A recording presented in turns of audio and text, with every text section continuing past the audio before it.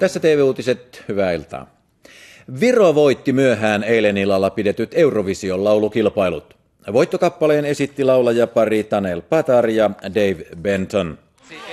Toiseksi tuli kisan isäntämaa Tanska ja kolmanneksi Kreikka. Suomi ei tällä kertaa osallistunut. Viron voittajakappaleen nimi on Everybody.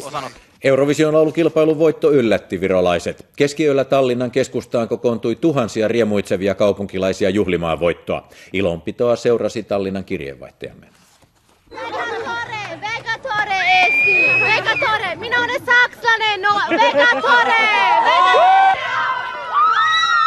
Kilpailusta on noin puoli tuntia ja lopputuloksen julistamisesta.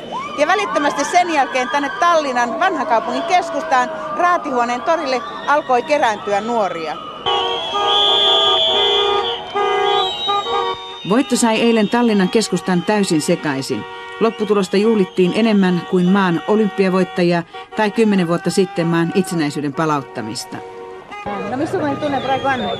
Fantastillinen. Me oleme terve tee siin jooksnud ja karjusime kodus ja Oli yllätys. Oli küll, täiesti. Aga see on kirjeldamatu. Ma olen nii õnnelik, et ma ka ei laula.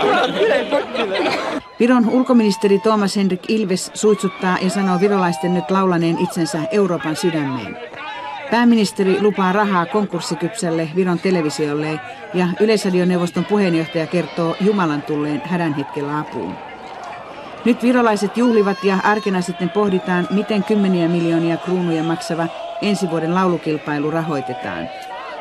Kansan itsetunto kasvoi kertaheitolla. Laulukilpailun voittoa luonnehditaan täällä vuosikymmenen, jopa vuosisadan tapaukseksi.